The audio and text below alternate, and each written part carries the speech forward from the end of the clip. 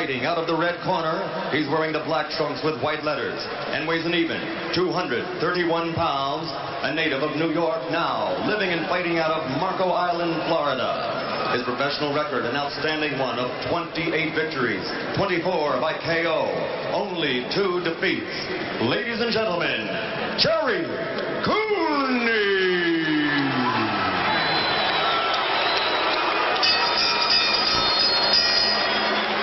And his opponent, fighting out of the blue corner, he's wearing the white trunks with blue and red trim and weighs an even 253 pounds. He's from Marshall, Texas. This Olympic gold medal champion has a professional record of 64 victories, 60 by knockout, only 2 defeats in his career. He's the former heavyweight champion of the world, George Foreman.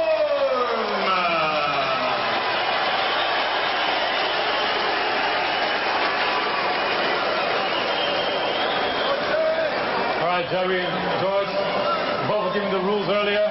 When a good, clean fight, obey my commands at all times. Protect yourself at all times. Shake hands. Good luck to both of you.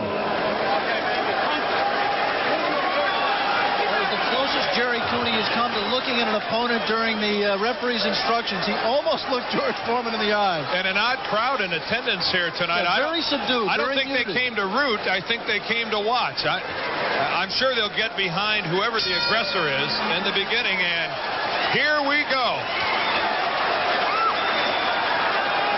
George immediately going to the crossed arms, the stance that he's favored throughout his now 20-fight comeback. And there's the big left hook by Gerry Cooney. Not landing that time. Obviously, that cross-arm defense is a trademark of George's trainer, 76-year-old Archie Moore, one of the all-time cliche, but really one of the all-time boxing greats. And, of course, that crossed arm, George used it effectively, fighting the much shorter opponents that he's faced up to now. Gerry trying to dig for the first time the left hook to the body. That really is his best punch.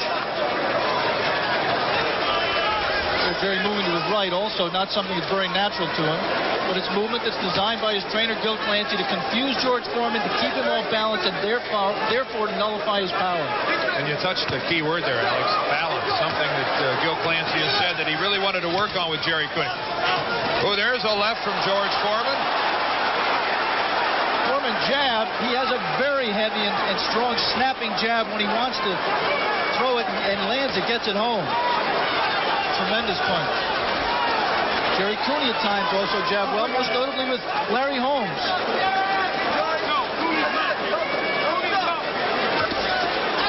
Good left to the body by Cooney, and then he came upstairs and... Mouthpiece is out. We're going to replace the mouthpiece. George Foreman doesn't know what it is yet. Gil Clancy puts Gerry's mouthpiece in. Lost it about 20 seconds ago. And George said, I'm not going to waste the energy walking all the way over to that corner. Replacing the mouthpiece, a new rule. Ordinarily, the fighter would have to fight without the mouthpiece for the remainder of the round. Well, there's that jab of Foreman again getting in.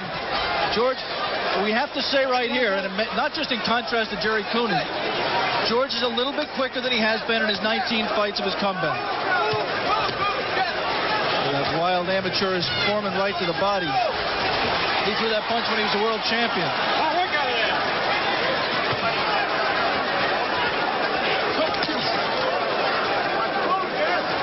When you look at, and there's a couple left and a right to the body by George Foreman. That jab lands but really doesn't do anything, didn't have anything on it, and that's really a trademark of Foreman's punches, Alex. You could almost see Gerry Cooney thinking there a moment ago, damn, he was along the ropes. Wait a minute, I am not supposed to be on the ropes. Let me get out of here, and he did. Before Foreman was able to take advantage of it. But again, Gerry in a corner. And that time, Gerry got a little left hook in, and he wobbled Big George. First damage to either fighter done by Cooney with an inside left hook to Foreman's head. The final 10 seconds of the first round. There was a big right to the ribs by George. And they made it around.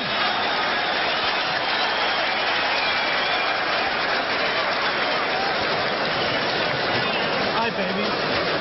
Put your hands in. Put your hands in. Sit up straight. think we're doing okay. We're doing fine. One thing I want you to do is stay off the ropes. Don't wait for him. You hurt him bad, you know. You can't get discouraged hitting him in the belly. Shit, you can't get discouraged hitting him in the belly. You cannot. Take a look at the mouthpiece being knocked out. That jab by George Foreman. Then the second jab behind it, and Gerry Cooney's mouthpiece came out. Action late in the round. Watch the inside left hook by Cooney. Not there. And not there, but there. And that punch moved George Foreman. It didn't really appear to be a loaded punch, but nonetheless, it still wobbled George. George, as he has done throughout his entire comeback, eschewing a stool in the corner, standing the entire 60 seconds. George says it's so boring to sit down. Well, George has appeared to be bored through these past 19 prior fights. Not in this one. Oh, there's a good left counter by Cooney. He came in here with a much more serious look than he's had in any of his previous 19 fights of his comeback. And he better be serious because he's got millions and millions of dollars at stake here. Well, they both do. But George didn't need this fight to fight Tyson. He was going to get that Tyson fight, amazingly enough. He was going to get it anyway. He's risking everything. Boy, there's a good right lead by George Foreman. It doesn't do a whole lot, but it definitely scores. Ooh. Oh, and another right by Foreman. And Gerry Cooney has his left hanging a little low. Gerry gets it back up. George putting pressure on Cooney, backing him around the ring just by walking in. Gerry so far has not chosen to stand his ground and trade punches. He's been fighting in spurts. There, standing his ground, punching, and then trying to move out of the way. And there is the big roundhouse left, the trademark punch of George Foreman. Ooh, and that low blow by Cooney went undetected by Joe Cortez. Good inside uppercut by Foreman. Come on, let's go. Work on it. Come on. Stop that shit. Oh, and look at the left. Come up and slice the left. And Gerry Cooney's in big trouble. He's ready to go. And there he goes. 2, 3, 4. And he is badly hurt. Same position he was in round 5 against Spinks. A clubbing right hand by Foreman. Now let's see if he's learned anything about how to survive, because he's got 1 minute and 8 seconds left. Oh, and that's it. And I don't think this fight's over. This fight's over. George Foreman blows away Gerry Cooney in the second round. And he came over here to ringside and winked. And Gerry Cooney is not close to getting up. 1 minute and 57 seconds of the second round.